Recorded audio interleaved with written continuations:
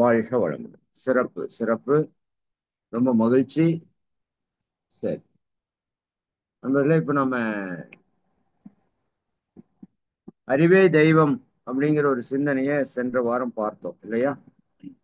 சரி, இப்ப அந்த அறிவே தெய்வம் அப்படிங்கிற ஒரு சிந்தனையில மிக முக்கியமான விஷயமா நம்ம என்ன பார்த்தோம்? எல்லாம் வல்ல இறை ஆற்றலே நம்ம கிட்ட அறிவாக இயங்கிக் கொண்டிருக்கிறது. அதுதான் எல்லா பொருட்கள்லையும் இயக்கம் பெற்று கொண்டிருக்கிறது அப்படிங்கிறதையும் நம்ம பார்த்தோம் இல்லையா? மிக குறிப்பாக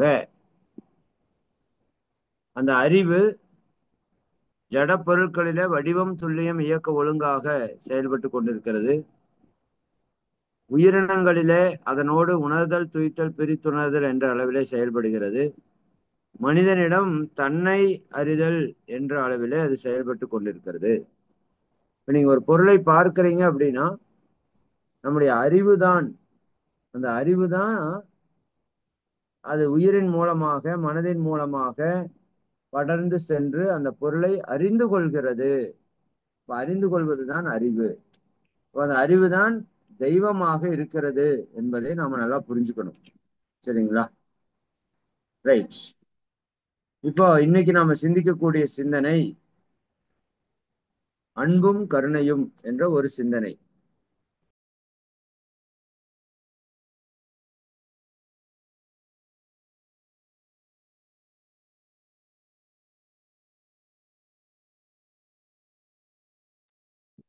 இப்போ அன்பும் கருணையும் அப்படிங்கிற ஒரு சிந்தனை ரொம்ப ரொம்ப ஒரு முக்கியமான சிந்தனை. அதாவது சொல்லுவோம் இல்லையா, இரண்டென்பர் அறிவிலர், அன்பே சிவமாவதை யாரும் அறிகிலர். அன்பே சிவமாவதை யாரும் அறிந்த பின் அன்பே சிவமாய் அமர்ந்திருந்தாரே. இது திருமூலர் கவி.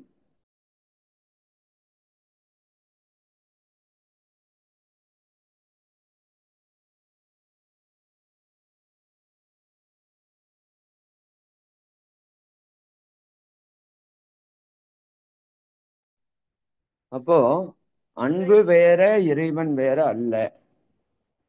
இந்த இறைவனுக்கு அறிவே தெய்வம் நம்ம சொன்ன மாதிரி இந்த அறிவு எப்பேற்பட்டதாக இருக்குதுன்னா அன்பும் கருணை மயமானதாக இருக்குது அப்படின்னு மகரிஷி சொல்றாங்க. எல்லா மகான்களும் சொல்றாங்க. சரியாங்களா? அன்பே சிவம் என்று நம்ம கேள்விப்பட்டிருக்கிறோம். அப்ப சிவத்துடைய தன்மை என்னன்னா அன்பு. இப்ப அன்புனா என்ன அப்படி ஒரு கேள்வி நம்ம கிட்ட வருது இல்லையா? எது அன்பு அப்படிங்கிற ஒரு கேள்வி வருது இல்ல? துன்பம் போக்கக்கூடிய எல்லாமே அன்புதான். அப்படி நாங்க புரிஞ்சுக்கணும். எதுங்க? துன்பம் போக்கக்கூடிய எல்லாமே அன்புதான். அன்பு இருக்கிற இடத்துல நல்லது இருக்கும். துன்பத்தை போக்குறதுக்கான செயல் அங்க நடக்கும். அப்ப இயற்கை எப்படி வச்சிருக்கு பாருங்க. எல்லா இடத்தையுமே இயற்கை இறைநிலை தான் ஆயிருக்கிற காரணத்தினால இந்த எல்லா இடத்துலயும் அன்பும் கருணையும் நீக்கமற நிறைஞ்சிருக்கு. இறைநிலை எங்கெல்லாம் இருக்குதோ அங்கெல்லாம் அது அன்பும் கருணையுமாக இருக்கிறது. யோசித்து பாருங்க. நம்ம 2025 மனித இனம் இவ்வளவு இருக்கும், அவங்களுக்கெல்லாம் காத்து வேணும் அப்படின்னு சொல்லி பல லட்சம் ஆண்டுகளுக்கு முன்னாடியே தாவர இனத்தை உற்பத்தி பண்ணிடுச்சு இல்லையா? நீர், நிலம், நெருப்பு, காற்று, விண், தாவரங்கள், உணவுப் பொருட்கள். பாருங்க, இப்ப நம்ம பெட்ரோல் எடுத்து யூஸ் பண்றோம். அது எத்தனாயிரம் வருஷத்துக்கு முன்னாடியே அந்த பெட்ரோல் பூமிக்குள்ள ரெடி ஆயிருக்கணும் பாருங்க. இப்ப இயற்கை எப்படி இருக்குதுன்னா அன்பும் கருணையுமாக இருக்கிறது அப்படின்னு மகரிஷி அடிக்கடி சொல்றாங்க.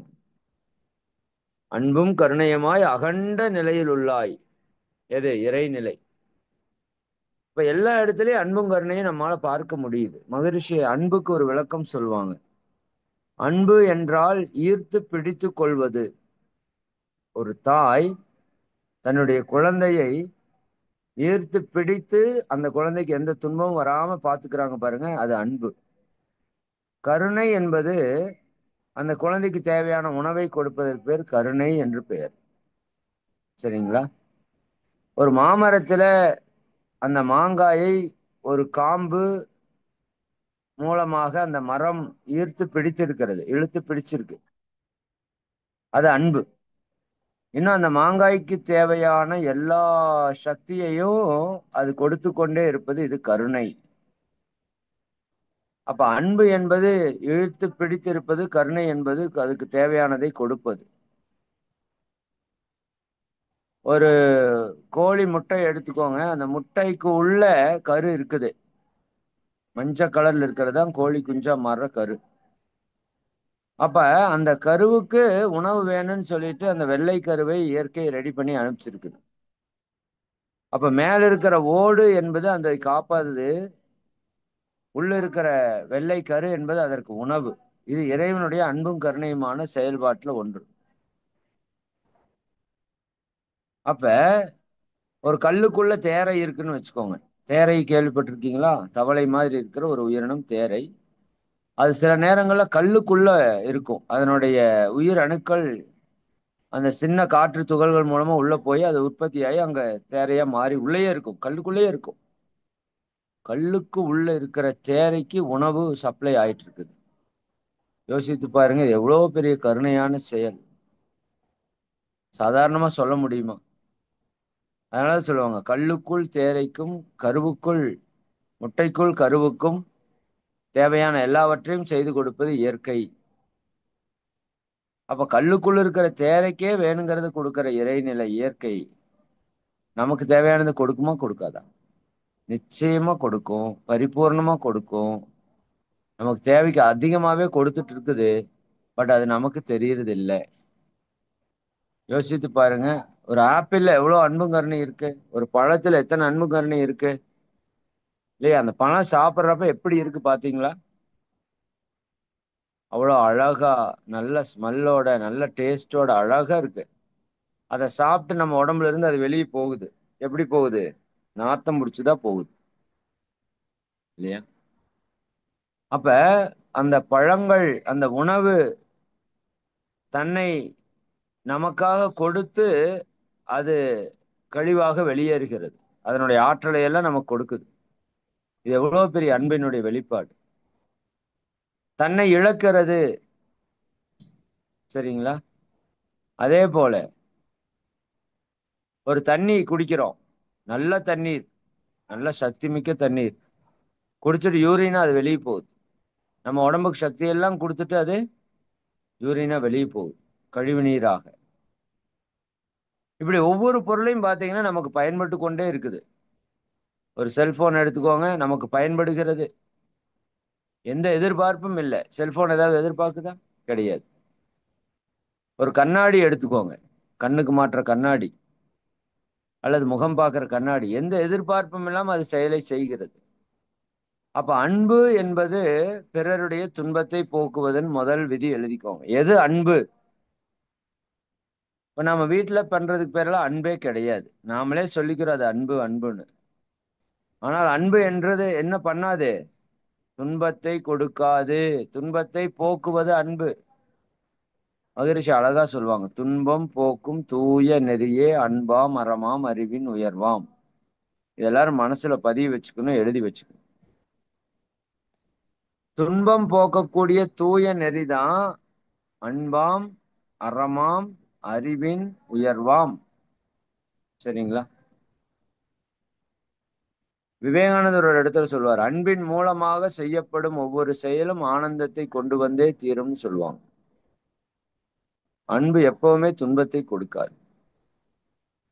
அதே போல அன்பு எப்பொழுதுமே எதிர்பார்க்காது. ஆனா நம்மகிட்ட நிறைய எதிர்பார்ப்புகள் இருக்கு. அப்ப அதுக்கு பேர் அன்பு இல்லை என்று நம்ம ஒத்துக்கொள்ளணும். அன்பு யாரிடமிருந்தும் எதையும் எதிர்பார்க்காது. எதிர்பார்ப்பு அற்றது அன்பு. அன்பு யாரையும் கண்டிஷன் பண்ணாது. நிபந்தனைகள் அற்றது அன்பு. அன்பு யாரையும் எதற்காகவும் எப்போதும் வெறுக்காதது. சரிங்களா? வெறுப்பு அற்றது அன்பு. அன்பு எல்லோரையும் நேசிக்கும். அன்பு பாகுபாடு பார்க்காது. அன்பு எதிர்பார்க்காது. சரிங்களா? அப்ப இதெல்லாம் அன்பினுடைய தன்மை. இதெல்லாம் நம்மகிட்ட இருக்கான்னு பாருங்க.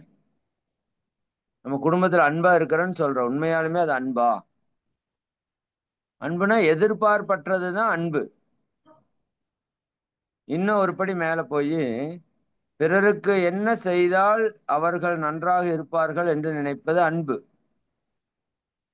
எனக்கு என்ன செஞ்சா நல்லது நினைக்கும் நடக்கும் என்று நினைப்பது, அதுக்கு பேர் அன்பு அல்ல, அதுக்கு பேர் சுயநலம். சுயநலத்துக்கு ஆப்போசிட்டான வார்த்தை பொதுநலம்னு இருக்கு இல்லையா? சுயநலத்துக்கு ஆப்போசிட்டான இன்னொரு வார்த்தை நோட் பண்ணிக்கோங்க, அன்பு. பிறர் நலம் நோக்கி செயல்படக்கூடிய ஒவ்வொரு செயலும் அன்பு. சரிங்களா? அதான் மகிழ்ச்சி ஒரே வார்த்தையில் போட்டாரு, துன்பம் போக்கக்கூடிய எல்லா செயலும் அன்பின் செயல் தான். அதனாலதான் சொல்வார் பாரதியார், இங்க அன்பு செய்தல் ஒன்றே போதும், வேற எதுவும் செய்ய வேண்டாம் என்று சொல்லுவார். அப்ப அன்பு சிறந்த தவமில்லை என்று சொல்லுவார்.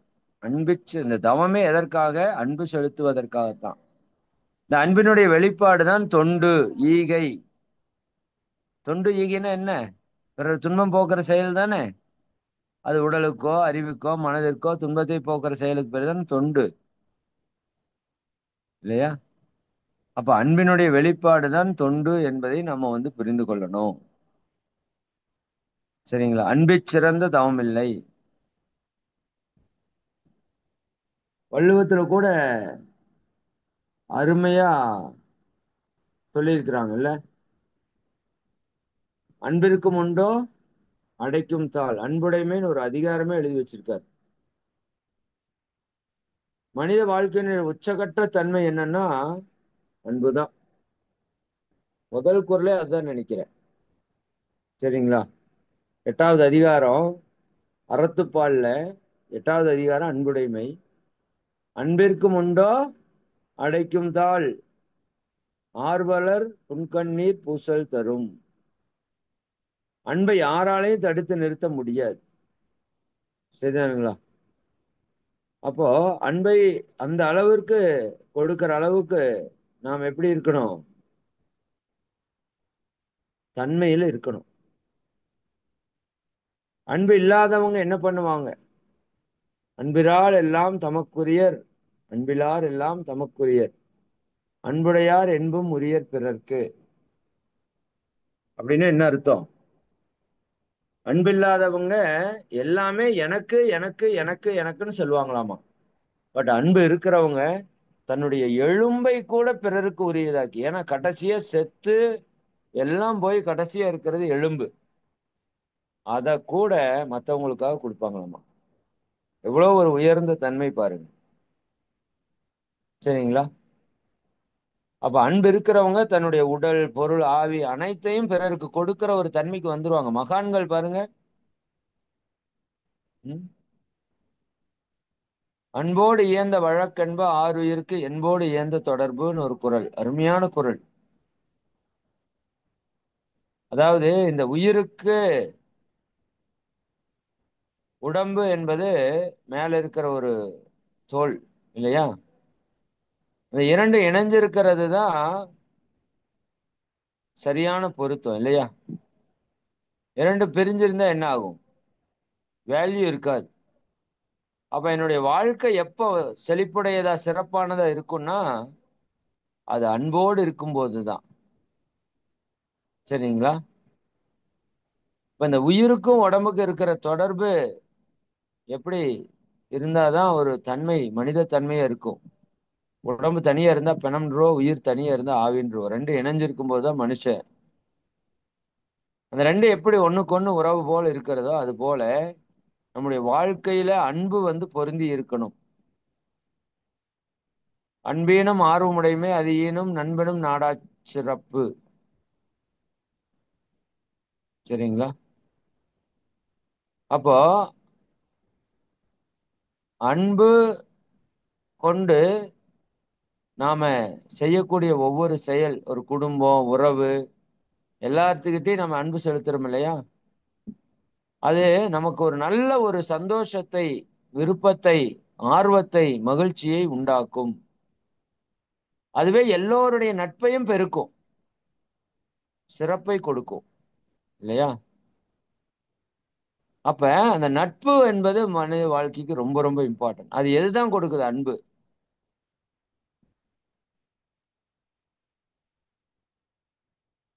அன்புற்று அமர்ந்த வழக்கென்ப வையகத்து இன்புற்றார் எய்தும் சிறப்பு. இந்த உலகத்திலே இன்புற்று வாழ்கின்றவர்கள் அவங்களுக்கெல்லாம் இருக்கிற சிறப்பு என்னன்னா, அவருடைய உள்ளம் அன்பால நிறைந்திருக்கும். சரிங்களா? அதாவது அன்பு என்பது அறத்திற்கு மட்டும் சார்ந்தது அல்ல, மரத்திற்கும் வீரத்திற்கும் அன்புதான் துணையாக இருக்கும் என்று சொல்றாங்க. ஏன்னா ஒரு ஒரு ஒரு மாடு நீங்க பார்த்திருக்கலாம். ஆடு அல்லது மான் தன்னுடைய குட்டியை வந்து புலி கடிக்கிறதுக்கு வரும். பட் அது என்ன பண்ணும்? தன்னை கொண்டு போய் கொடுத்து தன்னுடைய குட்டியை காப்பாத்திடும். அது எவ்வளவு பெரிய வீரம் பாருங்க. இல்லாட்டி சில நேரங்களில் சண்டை போடும் பார்த்துருக்கீங்களா? சிங்கம் புலி கூட தன்னோட குழந்தைக்காக. அப்ப அந்த அன்பு என்பது அறத்திற்கே அன்புசார் என்பர் அறியார், மரத்திற்கும் அஃதே துணை. சரிங்களா? அறியாதவங்க தான் அறம் என்ற நற்செயல்களுக்கு மட்டும்தான் அன்பு துணைன்னு சொல்றாங்க. அது மட்டும் இல்லை, நீங்க ஆய்வு செய்து பார்த்தால் வீரம் என்று சொல்லக்கூடிய மரத்திற்கும் அதுவே துணை. என்பிலதனை வெயில் போல காயுமே அன்பிலதனை அறம் என்று ஒரு அருமையான குறள். என்பிலதனை அப்படின்னா என்ன? என்பு என்றால் எலும்பு. எலும்பில்லாத புழு பூச்சிகள் எல்லாம் வெயில்ல காய்ந்துன்னா அப்படியே பயங்கரமா வாடி வதங்கி சாகும், வருந்தும், துன்பப்படும். அதே போல அன்பில்லாதவர்களை இந்த அறம் என்று சொல்லக்கூடிய அந்த இறை சக்தி காய்ந்து வருந்த செய்யும். சரிங்களா? ஒரு எலும்பில்லாத ஒரு புழு வெயில்ல துடிதுடித்து துன்பப்படுவது போல அன்பில்லாதவருடைய வாழ்க்கை. அன்பகத்தில்லா உயிர் வாழ்க்கை வன்பார்க்கண் வற்றல் மறந்தளிர் தற்று. அதாவது அன்பு அகத்தில் இல்லாதவனுடைய உயிர் வாழ்க்கை. அகமாகிய உள்ளத்திலே அன்பு இல்லாதவனுடைய வாழ்க்கையானது எப்படி இருக்குங்க? வன்பார்க்கண் வற்றல் மறந்தளிர் தற்று. ஒரு வன்மையான பாலைவனத்திலே காய்ந்த மரம், சரிங்களா, அது எப்படி இருக்கும்? தளிர்த்து துளிர்த்து வந்துச்சுன்னா அது நிலையானதா இருக்குமா? நிலையற்றதாக இருக்கும். சரிங்களா? அப்ப அன்பு இல்லாத வாழ்க்கை பாலைவனத்தில் பட்டமரம் தளிர்த்தது போல வேஸ்ட் அது. சரிங்களா? மீண்டும் அது கருகி போய்விடும். ஃபைனலா என்ன சொல்றார் வள்ளுவர்? புறத்துறுப்பெல்லாம் எவன் செய்யும், புறத்துறுப்பெல்லாம் எவன் செய்யும் யாக்கை அகத்துறுப்பு அன்பிலவர்க்கு. உடம்பினுடைய அகத்து உறுப்பாகிய அன்பு இல்லாதவனுக்கு உடம்பின் புறத்து உறுப்புகள் எல்லாம் வேஸ்ட்ன்னு சொல்றார். வேஸ்ட். என்ன பயன் கொடுத்துரும்? புறத்துறுப்பெல்லாம் எவன் செய்யும், உடம்புல இருக்கிற யாக்கை உடலில் இருக்கிற புறத்துறுப்பெல்லாம் என்ன செஞ்சிடும்? அகத்துறுப்பாகிய அன்பில் இல்லாதவர்க்கு. அப்ப உடலினுடைய அகத்து உறுப்பு எதுங்க? அன்பு. அது இல்லைன்னா புறத்து உறுப்புகள் எல்லாம் எந்த பயனையும் கொடுக்காது. அது அழகா இருந்தும் பிரயோஜனம் இல்லை. அதனால யாருக்கும் பலன் கிடைக்காது. அன்பின் வழியது உயிர்நிலை அஃதிலார்க்கு என்பதோல் போர்த்திய உடம்பு. ஃபைனலா முடிக்கிறார் பாருங்க. இந்த உயிரோட நிலை என்பது என்ன? இதைத்தான் ஒரு இடத்துல சொல்வார் வள்ளுவர். அதாவது ஒரு அருமையான வரி, இன்னொரு குறள். அதாவது ஈதல் இசைப்பட வாழ்தல் அது வல்லது ஊதியமில்லை உயிருக்கு என்று சொல்லுவார். இன்னா செய்தார்க்கும் இனியவே செய்யாக்கால் என்ன பயத்ததோ சால்பு என்று சொல்லுவார். இன்னா செய்தாரை ஒருத்து அவர் நாண நிர்ணயம் செய்துவிடல் என்று சொல்றார். அப்படின்னா அதெல்லாம் என்ன அர்த்தம்? சரிங்களா? அன்பு உடையவர்கள் யாருக்கும் துன்பம் தர மாட்டாங்க, வந்த துன்பத்தை ஏற்றுக்கொள்வார்கள். பிறர் துன்பம் போக்கிக் கொண்டே இருப்பார்கள். அப்போ இந்த உயிர் வாழ்றதுக்கான அர்த்தமே என்னன்னா நம்ம அன்பாக இருப்பதுதான். அது இல்லைன்னா எலும்பை தோலால் போர்த்திய உடம்பு என்று நம்மை சொல்லலாம். இதை உயிர் வாழ்க்கை என்று சொல்ல முடியாது. அன்பின் வழியில் இயங்கும் உடம்பே உண்மையான உயிர் உடம்பு. அன்பு இல்லாதவர்களுக்கு அந்த உடம்பு எலும்பும் தோலும் போர்த்திய ஒரு சதை பிண்டம், அவ்வளவுதான். சரிங்களா? அப்போ அன்பு என்பது மனித வாழ்வினுடைய அடிப்படை ஆதாரம். சரிங்களா? அது ஒன்று இருந்தா போதும், அத்தனையும் இங்க சரியா நடக்கும். அப்ப அந்த அன்பும் கருணையுமா நாம் இருக்கிறோமா? இறைநிலை அன்பும் கருணையுமாக இருக்கிறது. எவ்வளவு எவ்வளவு நமக்கு கொடுத்திருக்கு பாருங்க. ம்? நம்ம வாழ்க்கைக்கு தேவையான அத்தனையும் கொடுத்து, உண்ண உணவு, உடுத்த உடை, இருக்க இருப்பிடம், வாழ்க்கை வசதிகள், உறவுகள், சொந்த பந்தங்கள், பொருளாதாரம், இயற்கை இயற்கைக்கான விஷயங்கள், இயற்கை வளங்கள், பஞ்சபூதங்கள் எல்லாம் கொடுத்திருக்கு. எவ்வளவு அது அன்பும் கருணையுமா இருக்கு. நாம எப்படி இருக்கிறோம்? மகிழ்ச்சி ஒரு இடத்துல சொல்லுவாங்க, கல்லும் மரமும் மௌன நிலையில் நின்று கடமை தவறாது பயனாகும் போது. யோசித்து பாருங்க, ஒரு கல்லு, வெறும் கல்லுன்னு சொல்றோம், அதுக்கு உயிர் கூட கிடையாது. மரம், ஓரறிவு மரம், கல்லும் மரமும் மௌன நிலையில் நின்று கடமை தவறாது பயனா, அது கடன் கட்டுதாமா, அதனோட கடமை செய்யுது. கல்லா வந்துட்டோம், அதனோட கடமை என்ன? செவுத்துல வச்சு கட்டுறீங்க, கருங்கல்லையோ செங்கல்லையோ ஏதோ ஒரு கல், ஹாலா பிளாக் கல்ல ஏதோ ஒரு கல்லை வச்சு கட்டுறீங்க. அந்த பக்கம் இருந்து மழை வராம தடுக்குது, இந்த பக்கம் இருந்து வெயில் வராம தடுக்குது, காத்தடிக்காம தடுக்குது, நம்மளை பாதுகாக்குது. கல்லு கூட டியூட்டி கரெக்டா செய்யுதுப்பா. ஒரு மரத்தை எடுத்துக்குங்க, டியூட்டி செய்தா? செய்தா இல்லையா? பர்ஃபெக்டா செய்யுது. தான் பஞ்சபூதங்கள்ல இருந்து பெற்ற கடனுக்கு திருப்பி கொடுக்குதா இல்லையா?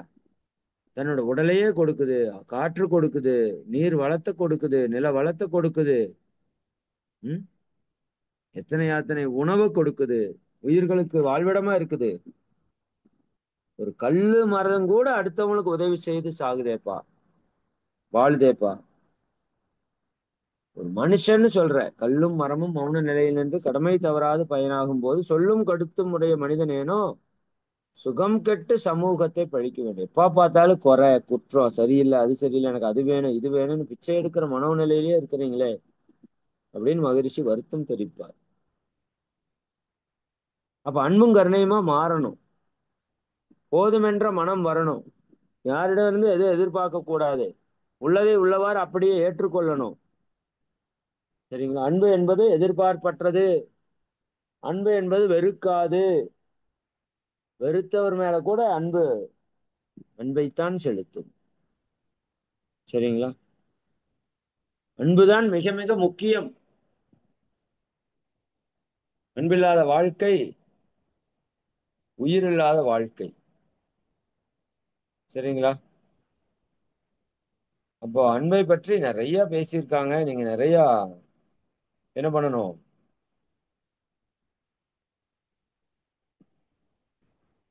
தெரிஞ்சுக்கணும், செயல்படுத்தணும். அன்னை தெரசா சொல்லுவாங்க ஒரு அற்புதமான விஷயம், உண்மையில் அன்பு செலுத்துகிறவரை நேசி, உன் மீது கோபம் கொண்டவர்களை அதைவிட அதிகமாக நேசி. நேசித்தல் என்பது அன்பு செலுத்துதல். சரிங்களா? வெறுப்பது யாராக இருந்தாலும் நேசிப்பது நீங்களாக இருங்கள். அன்னை தெரசாவோட வார்த்தை நல்லா புரிஞ்சுக்கணும். சரிங்களா? வெறுப்பது யாரா வேணா இருக்கலாம், ஆனால் நேசிப்பது நாமளா இருக்கணும். அன்பு செலுத்துவது நாமளாக இருக்க வேண்டும். ஒரு வாழ்க்கை அப்படிங்கிறது என்ன? ஒரு வாழ்க்கை அப்படிங்கிறது என்ன? நம்ம சாகிற வரைக்கும் அல்ல வாழ்க்கை. நாம் மற்றவருடைய மனதில் வாழ்ற வரைக்கும் தான் வாழ்க்கை. எது வாழ வைக்கும்? அன்புதான் வாழ வைக்கும். அவங்க சொல்றாங்க, அன்புதான் உன்னுடைய பலவீனம் என்றால் இந்த உலகின் மிகச்சிறந்த பலசாலி நீதான். இதை மட்டும் மனசுல வச்சுக்கோங்க.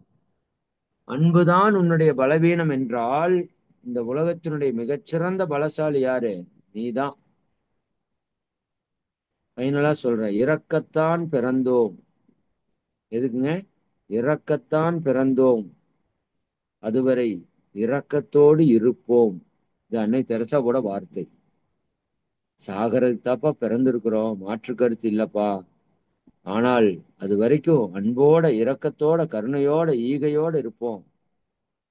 சரிங்களா? நிறைய பேர் என்ன சொல்லுவாங்க டயலாக், உனக்காகத்தான் நான் வாழ்றேன் அப்படின்னு சொல்லுவாங்க இல்லையா? உனக்காகத்தான் நான் வாழ்றேன், அது முக்கியமல்ல. உன்னால் தான் நான் வாழ்கின்றேன் என்ற அளவுக்கு சொல்ல வைக்கணும்.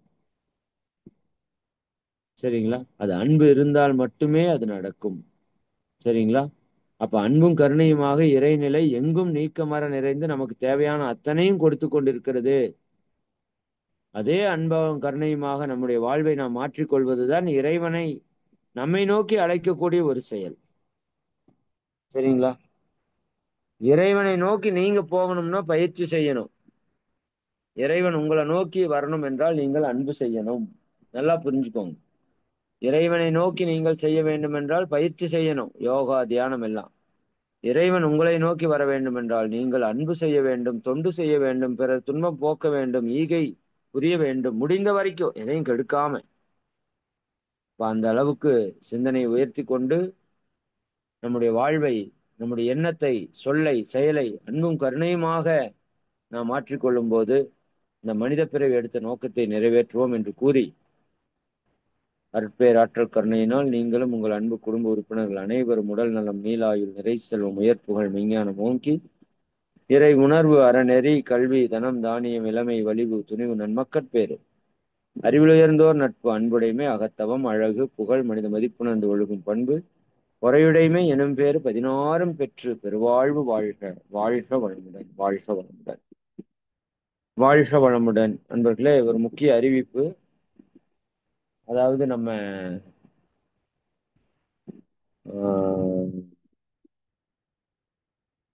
ஆனந்த யோகா பயிற்சி நீங்கெல்லாம் இப்போ ஒரு ஆண்டு காலம் நிறைவு செய்ய போறீங்க.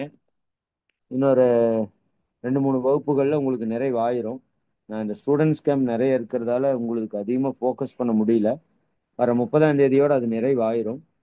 சரிங்களா? அதுக்கப்புறம் உங்களுக்கு ஓரிரு வகுப்புகளோட நிறைவு பண்ணிட்டு உங்களுக்கு அடுத்தது ஆசிரியர் பயிற்சி பற்றி நான் உங்களுக்கு ஒரு தெளிவு கொடுத்துட்றேன். அதை நம்ம அப்படியே கண்டினியூ பண்ண போறோம். தொடர்ந்து இணைப்பில் இருங்க. சரிங்களா? உங்களுக்கான சான்றிதழ் வழங்குறதுக்கெல்லாம் ஏற்பாடு பண்ணிட்டு இருக்கிறோம். அதில் உங்களுக்கான டீட்டெயில்ஸ் எல்லாம் வரும். இந்த 30ஆம் தேதிக்கு அப்புறம் அது ஒன் பை ஒன்னாக பண்ணிக்கலாம். இன்னும் 2 நாள் ஸ்டூடெண்ட்ஸ் கேம்ப் நல்லா போயிட்டு இருக்கு. அது கம்ப்ளீட் ஆயிடுச்சுன்னா உங்களுக்கு ஃபுல்லாக ஃபோக்கஸ் பண்ணிக்கலாம். ஓகே, மிக்க மகிழ்ச்சி. வர ஜூன் 21, இன்னைக்கு மே 27, ஜூன் 21ஆம் தேதி நம்ம புதிய ஆனந்த யோக பயிற்சி தொடங்க போறோம். ஆன்லைன்ல 6 மாச கால பயிற்சி. அதுக்கு உங்களுக்கு தெரிஞ்ச எல்லாரையும் இணைக்கலாம்.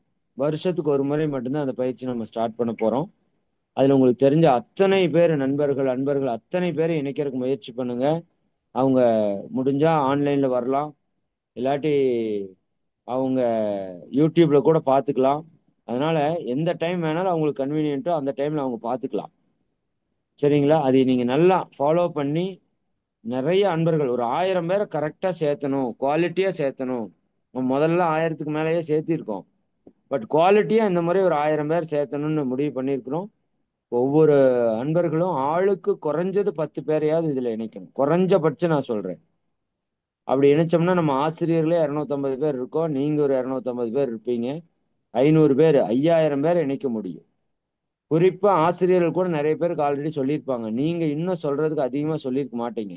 ஏன்னா உங்க பேட்சுக்கு அப்புறம் பேட்சே ஆரம்பிக்கல. அதனால இந்த வாய்ப்பை நீங்க எல்லாரும் நல்லா பயன்படுத்தி எத்தனை பேரை 13 வயசுக்கு மேல இந்த உலகத்துல எந்த மூலையில் இருந்தாலும் தமிழ் தெரிஞ்சவங்களும் நீங்க இணைக்கலாம். அதனால எல்லாத்துக்கும் அந்த கோர்ஸை பத்தின விவரம் சொல்லுங்க. அந்த வாய்ப்பை எல்லாரும் நல்லா பயன்படுத்தி சொல்லுங்க. சரிங்களா? ஓகே, ஜூன் 21 புதிய பேட்ச் ஆரம்பிக்குது. அதுக்கு ஒரு வாட்ஸ்அப் குரூப் நம்ம ஸ்டார்ட் பண்ணுவோம். அதுல எல்லாரையும் இணைச்சு நம்ம சிறப்பாக கொண்டு போவோம். சரிங்களா? ஓகே, அது இப்ப இருந்தே எல்லாருக்கும் சொல்றதுக்கு ஆரம்பிச்சிருங்க. வாழ்க வளமுடன். அதே மாதிரி தான் வாரத்துல 3 நாள், செவ்வாய், வியாழன், சனி, மதியானம் 12ல இருந்து 1:30 வரைக்கும் டைமு. வாரத்துல 3 நாள் முடிஞ்சா அந்த டைமுக்கு வரலாம், இல்லாட்டி அவங்க யூடியூப்ல அப்புறமா கூட பார்த்துக்கலாம். ப்ராப்பரா ஒரு 6 மாசம் வரணும்னு சொல்லிருங்க. ஹையர் லெவல், பேசிக்ல இருந்து ஹையர் லெவல் வரைக்கும் எல்லாமே யோகால சொல்லி கொடுப்பேன்னு சொல்லிருங்க. ஓகே, நன்றி. வாழ்க வளமுடன்.